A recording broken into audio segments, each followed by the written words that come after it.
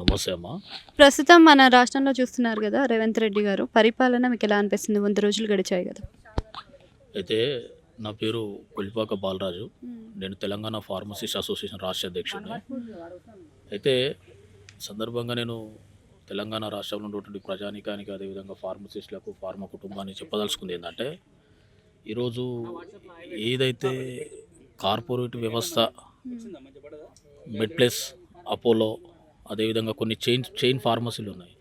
ఈ చైన్ ఫార్మసీల వల్ల ఏమవుతుందంటే ఈరోజు వాళ్ళు ఒక 10th క్లాసు ఇంటర్మీడియట్ చదివిన విద్యార్థులను ఒక 3 నెలలు ట్రైనింగ్ ఇచ్చి, ఆ ట్రైనింగ్లో భాగంగా వాళ్ళకు ఏ మెడిసిన్ ఏది ఇవ్వాలని వాళ్ళకి పూర్తి అవగాహన తెలియదు. ఒక డ్రగ్ అని అంటే దాని కంపోజిషన్ ఏంది, దాని మాలిక్యూల్ ఏంది, ఆ డ్రగ్ ఎట్లా తయారవుతుంది, అసలు వాళ్ళకి ఏం తెలియదు. ఏ సబ్జెక్ట్ తెలియకుండా వాళ్ళు మెడిసిన్ ఇవ్వడం వల్ల ఇలా పిట్టలు ఎగిరిపోతున్నట్టు ఎగిరిపోతున్నారు ప్రజలు.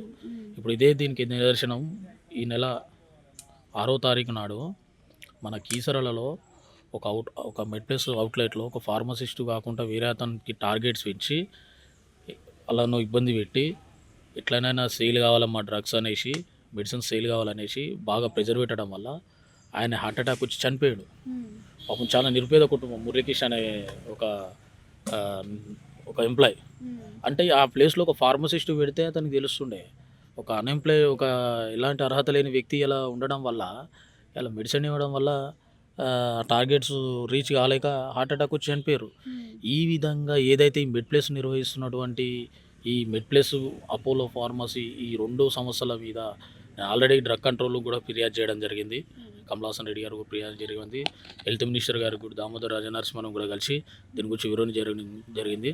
ఇక్కడ ఏంటంటే మెయిన్ కేవలం ఏమైపోతుందనంటే, ఇక్కడ ప్రతిదీ వాళ్ళు కొన్ని కోట్ల టర్నోవర్, ఇయర్లీ కోట్ల టర్నోవర్ వాళ్ళు ఎంచుకుంటారు తప్పితే, ఇక్కడ ఏదైతే నిరుద్యోగ ఫార్మసిస్టులు కానీ, ఫార్మా రంగంలో పనిచేస్తున్నటువంటి B pharmacy, M pharmacy, PharmD చేసిన విద్యార్థులు ఇలా పుట్ట చేతి పట్టుకొని రోడ్డు మీద పడే పరిస్థితులు ఇలా కనిపిస్తున్నాయి తెలంగాణ రాష్ట్రంలో. అంటే ఇది ఎవరి నిర్లక్ష్యం అంటారు?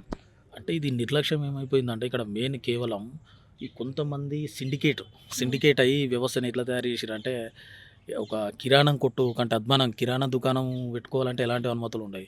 కిరాణా దుకాణంలో ఏముంటుంది, ఒక షెల్టర్ తీసుకొని షెల్టర్లో రకరకాల నిత్యావసర సరుకులు పెట్టుకోవచ్చు. ఇది కూడా ఏంటంటే సర్టిఫికేట్ కిరాయి తీసుకొని ఆయనకి 15,000 20,000 ఇచ్చి సర్టిఫికేట్ కిరాయి తీసుకొని ఒక కిరాయి దుకాణం లెక్క ఆ మెడిసిన్ తెచ్చుకొని, ఆ మెడిసిన్ ఏదైతే ఉందో ఆ మెడిసిన్ దేని వాడతారో కూడా తెలియకుండా విచ్చలవిడిగా ఈ విధంగా చేయడం వల్ల, ఈ సిండికేట్ వ్యవస్థ అనేది ఉండడం వల్ల ఈ వ్యవస్థ ఇంకా ఎక్కువైపోయింది. దీని అల్టిమేట్గా నష్టపోయేది ఎక్కడంటే, ఎగ్జాంపుల్ మన కర్నూలు జిల్లాలో ఒక ముసలామె పాపం, ఆమెకు పారాసిటమాల్ ఫీవర్ వచ్చి పారాసిటమాల్ ట్యాబ్లెట్ అడితే పారాసిటమాల్ వాళ్ళు వేరే ట్యాబ్లెట్ ఇవ్వడం వల్ల ఆమెకు హార్ట్లో ఇన్ఫెక్ట్ అయింది. ఇన్ఫెక్ట్ అయ్యి కూడా చనిపోవడం జరిగింది. అట్లా ఈ విధంగా రోజుకొక చావులకు కారణం ఏందనంటే, ఇక్కడ ఈ ఏదైతే ఉందో ఈ ఫార్మసిస్టులను పెట్టుకుంటే ఎక్కువ జీతాలు ఇవ్వాల్సి వస్తుందని చెప్పేసి వీళ్ళు ఈ తక్కువ చాలని జీతాలకు ఈ ఇంటర్మీడియట్ 10th క్లాస్ చేసినటువంటి చేయడం వల్ల చాలా ఇబ్బందులు పడుతున్నాం. కాబట్టి ఈ వ్యవస్థ పోవాలంటే నాకు ముఖ్యమంత్రి రేవంత్ రెడ్డి గారు అంటే చాలా గౌరవం. ఎందుకనంటే ఆయన కూడా ఉద్యోగం నుంచి వచ్చాడు.